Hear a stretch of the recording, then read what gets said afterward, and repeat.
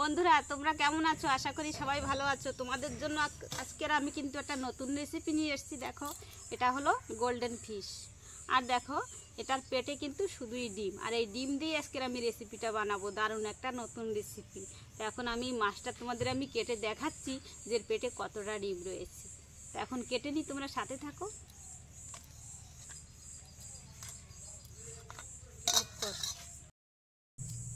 এই যে দেখো, আমি মাছটা ছেলে নিয়েছি, আর পুরাই এটা দেখো গোল্ডেন কালার।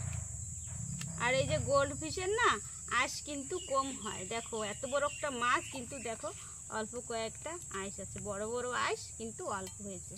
আর এখন মাছটা আমার আঁশ ফেলে দেওয়া হয়ে গেছে। এবার আমি কেটে তোমাদের দেখাচ্ছি যে পেটে কতটা ডিম রয়েছে। বাবা, মাছটা তো আমি ধরতে পারতেছি না, এতই বড়। আর ডিমের জন্য মোটে পেটটা ধরা যাচ্ছে না, পিছলে যাচ্ছে।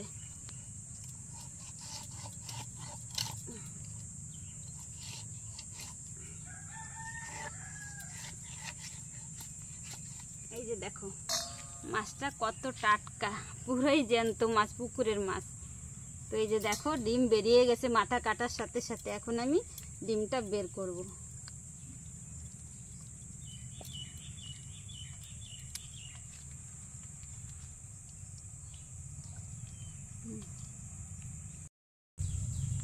এই যে দেখো ডিমটা কিন্তু এই মাথা কেটে নিয়েছি। এখানে অল্প জায়গা, এখান থেকে বের করা যাচ্ছে না। আবার এইভাবে কাটতে হবে। এইভাবে কাটলে কি হবে, মাছের ডিমটা আমি সহজে বের করতে পারবো, আর ভেঙে চলে যাবে না।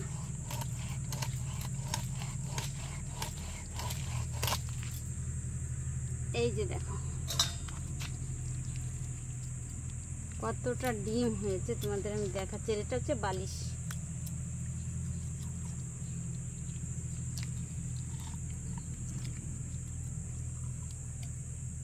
ডিমের পরিমাণটা এমনই বেশি হয়েছে যা কি ডিমটা কিন্তু একেবারেই পাতলা হয়ে গেছে। এই যে দেখো, এই যে মাছটা, ঠিক আছে, আমি ডিম বলে দিয়েছি, ভুল হয়ে গেছে। মাছের কথা বলতে গিয়ে আমি ডিম বলে দিয়েছি। তো এই যে মাছ তো মোটা হয়েছে, আর দেখো এই যে পেটের মাছটা পুরাই পাতলা, পুরা রসুনের খোসার মতো। যাই হোক, সব দিকে ভালো খেতে চলে তো হবে না। ডিম যখন খাবো তখন তো মাছটা পাতলা হতে দিতেই হবে।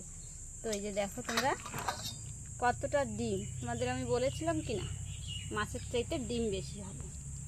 কিন্তু একটাই ভালো হলো যে ডিমটা কিন্তু এখনো পাকে নাই, ডিমটা ছোট ছোট রয়েছে, খেতেও ভালো লাগবে। আর আজকেরা এই আমি মাছ আর ডিম দিয়ে দুটোই রেসিপি তোমাদের সামনে আমি বানিয়ে দেখাবো। আর রেসিপিটা কত ভালো হয় তোমরাই বলবে। তা যাই হোক, এত কথার ভিতরে এখন যাচ্ছি না, আমি মাছটা কেটে কুটে রেডি করে নিই। তা তোমরা সাথে থাকো আর দেখতে থাকো। এই দেখো মাছটা পুরাপুরি আমার কাটা হয়ে গেছে। এই যে আমি মাছের মাথাটাও ঝাল করে নিয়েছি। আর এই যে পিঠের মাছ দেখো, ডিম হলেও কিন্তু ভালোই সুন্দর রয়েছে, মোটাও হয়েছে। কিন্তু পিঠের মাছটা বেশি পাতলা হয় নাই। কিন্তু দেখো পেটের মাছের কি অবস্থা বন্ধুরা, দেখো তোমরা দেখতে পাচ্ছ পেটের মাছের এরকমই অবস্থা হয়েছে। দেখো, আর রান্না করার সময় খুঁজে পাওয়া যাবে কিনা আমি জানি না, না ঝোলের ভিতরে হারাই যাবে তাও জানি না। ঠিক আছে, দেখা যাক কি হয়। তা চলো এখন মাছগুলি আমি ধুয়ে ধুয়ে সিধা চলে যাচ্ছি ঘরে, তারপরে আবার তোমাদের সাথে দেখা হচ্ছে। এই যে দেখো মাছটা আমি ধুয়ে পরিষ্কার করে ঘরে নিয়ে এসেছি। আর এই যে দেখো এক বাটি ডিম হয়েছে। আর মাছের যে তেলটা ছিল না, এই যে দেখো তেলে কিন্তু একটু নোংরা নাই, শুধুই তেল। তো এটা আমি ফেলে দিয়ে ধুয়ে নিয়ে এসেছি। তো মাছ আমার ধোয়া কমপ্লিট। চলো এবার আমি এক জায়গায় যাবো, তোমাদের আমি দেখাচ্ছি আমি ভালো একটা জিনিস পেরে আনবো গাছ থেকে। বন্ধুরা দেখো, আমাদের একটা ছোট্ট পেঁপে গাছ হয়েছে, আর গাছে কিন্তু সুন্দর সুন্দর পেঁপে হয়েছে। তো এখান থেকে আমি একটা পেঁপে পেরে নেব রান্না করার জন্য।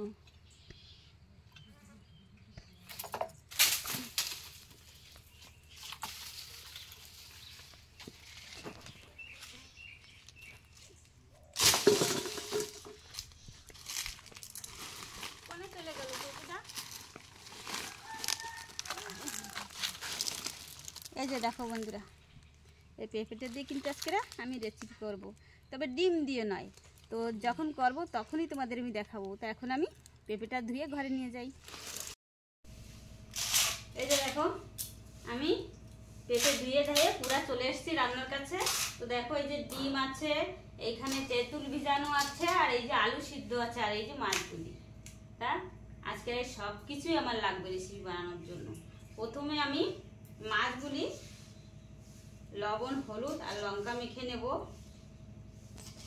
আর এই ডিমের মধ্যেও লঙ্কা, লবণ, হলুদ মেখে নেব।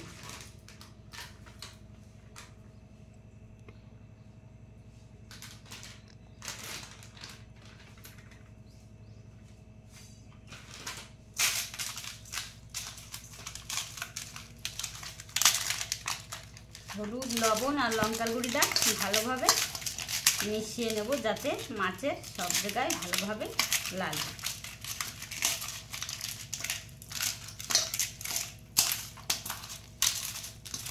মাছটা মেশানো হয়ে গেছে, এবার আমি এই ডিমও মেখে নেব।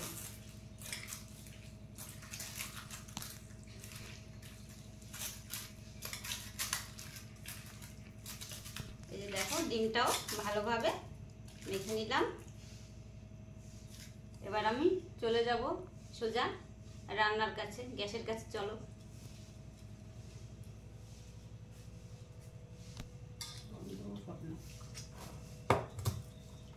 এই যে দেখো, কড়াইতে আমি তেল বসিয়ে দিয়েছি, তেল গরম হয়ে গেছে। এর ভিতরে এবার আমি ডিম ভেজে নেব।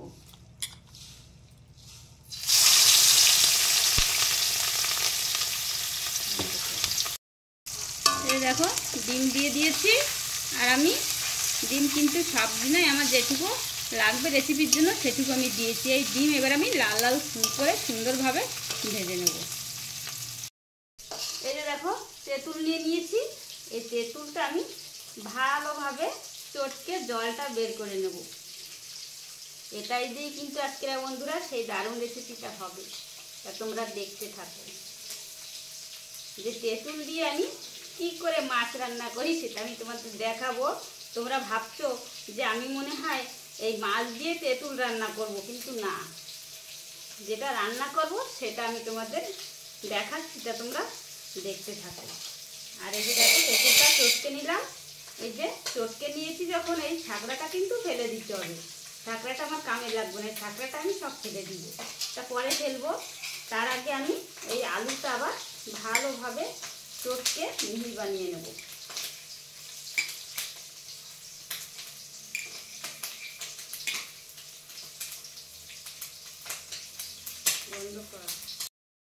এই যে দেখো, আলুটা আমি সুন্দরভাবে মেখে নিয়েছি। তা আলুর কাজটা কিন্তু হয়ে গেছে মাখানোটা। এবার আমি রেখে দিচ্ছি। এবার চলো যাই দেখি ডিমটা কেমন ভাজা হয়েছে। এই যে দেখো, ডিম কত সুন্দর লাল লাল ভাবে কিন্তু ভাজা হচ্ছে। আর ডিমটা যেহেতু পাকে নাই, মানে এখনো জালি আছে, তার জন্য কিন্তু ডিমটা কম ফুটছে। না হলে কিন্তু আমি এরকম করে আগলা করে ভাজতেই পারতাম না, পুরা ফুটে হাত পাও সব নষ্ট হয়ে যেত। তো এই যে এই পিঠটা আমি উল্টে নিয়েছি, এবার ও পিঠটাও সুন্দরভাবে ভেজে নেব। এই দেখো, সেই পেঁপেটা গাছ থেকে যে পেড়ে নিয়েছিলাম, এই পেঁপেটা এখন আমি কাটবো। আর এই পেঁপে দিয়ে হবে বন্ধুরা মাছের রসা, আর ডিম দিয়ে হবে টক। গোল্ডেন ফিশের মাছের ডিমের টক হবে, আর মাছের হবে রসা এই পেঁপে দিয়ে। এই দেখো, পেঁপে আমি কেটে নিয়েছি, আর তার সাথে মাঝারি সাইজের দুটো আলু কেটে নিয়েছি। এরকম সাইজ করে পেঁপেটা কেটেছি, এটা দিয়ে মাছের রসা হবে। তো দেখা যায়, এখন যাই তো মাছের ডিমের কি অবস্থা হলো দেখি। এই যে দেখো, মাছের ডিম ভাজা হয়ে গেছে ভালোভাবে। এবার আমি এরকম করে কেটে কেটে পিস পিস বানিয়ে নেব। টক বানাতে গেলে এরকম ছোটো ছোটো পিস করতে হবে। ভাজা হয়ে গেছে, এবার আমি পিসটা বানিয়েই তুলে নেব। এই দেখো, সেই মাছের ডিমটা তুলে নিয়ে আমি কড়াইতে আরেকটু তেল দিয়ে দিয়েছি। তেলের ভিতর ফোড়নে দিয়ে দেবো সর্ষ, দিয়ে দেবো একটা শুকনো লঙ্কা ভেঙে, ফোড়নটা একটু ভেজে নেব।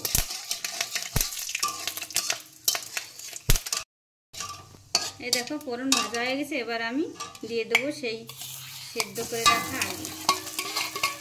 এবার আমি মিশিয়ে নেবো ভালোভাবে। এই দেখো সেদ্ধ আলু নেড়ে চেড়ে ভেজে নিয়েছি। এবার দিয়ে দেবো সেই তেঁতুলের টক।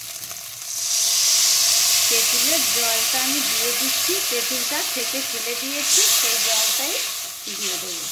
এবার আমি দিয়ে দেবো কাঁচা লঙ্কা চেরা। তারপরে এর মধ্যে আরেকটু জল দিতে হবে। জলটা দিয়ে দিলাম। এবার দিয়ে দেবো হলুদ গুঁড়ি,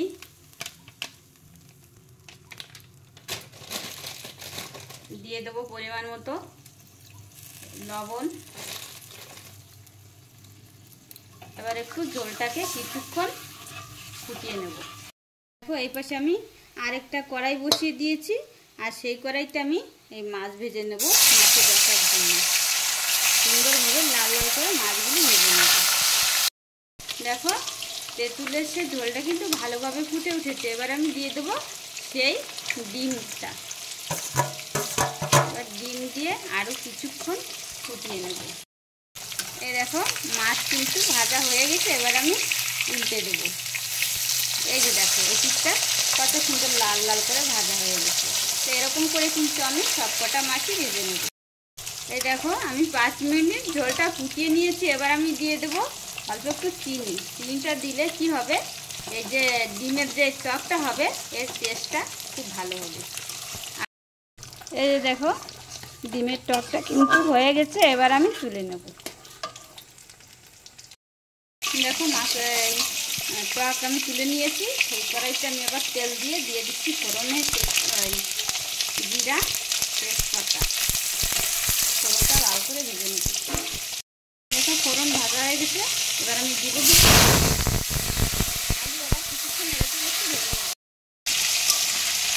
আলুটা কিছুক্ষণ নেড়ে চেড়ে ভেজে নিয়েছি। এবার আমি দিয়ে দেবো লবণ, হলুদ আর লঙ্কার গুঁড়ি। এবার আমি নেড়ে চেড়ে মিশিয়ে নেব। আর ওই পাশে দেখো মাছটা কিন্তু আমার এই যে ভাজা হয়ে গেছে। এই যে দেখো মাথা ভাজছি, আর এই যে মাছগুলি ভেজে উঠিয়ে নিয়েছি। কিছুক্ষণ নেড়ে চেড়ে ভেজে নিয়েছি। এবার দিয়ে দেবো জল। এই দেখো জলটা আমি পরিমাণ মতো দিয়ে দিলাম। এবার আমি ছেড়ে দেবো কিছুক্ষণ ফুটে ওঠার জন্য।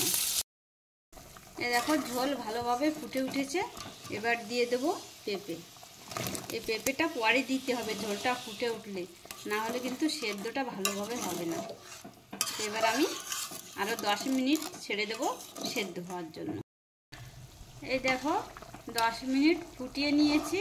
তারপর কিন্তু আলু আর পেঁপেটা ভালোভাবে কিন্তু সেদ্ধ হয়ে গেছে। তো পুরোপুরি সেদ্ধ হয় নাই। এখন আমি দিয়ে দেবো মাছ। এই যে দেখো ভেজে রাখা মাছগুলি দিয়ে দেবো। তারপরে আমি আবার জাল করে নেব আরও 10 মিনিট। তাহলে মাছ, আলু তারপরে পেঁপেটা ভালোভাবেই ঠিকমতো সেদ্ধ হয়ে যাবে। এই দেখো মাছের রসাটা কিন্তু আমার হয়ে গেছে। এবার আমি একটু জিরা বাটা দিয়ে, জিরা বাটা আর কি পাউডার, এটা দিয়েই আমি নামিয়ে নেব। এই যে দেখো বন্ধুরা আমার রেসিপিটা কিন্তু কমপ্লিট হয়ে গেছে। গোল্ডেন ফিশের দুইটাই রেসিপি আজকে আমি বানিয়ে নিয়েছি। এই যে তা তোমাদের বলে দিচ্ছি আমি। এই যে দেখো এটা হলো সেই গোল্ডেন ফিশের যে ডিমটা হয়েছিল সেটা দিয়ে টক বানিয়ে নিয়েছি। আর এই যে এটা হচ্ছে মাছের রসা। এই যে দেখো মাছের রসাটা কেমন হয়েছে, পেঁপে আর আলু দিয়ে করে নিয়েছি। আর এখানে তো টক তোমরা দেখতেই পাচ্ছ।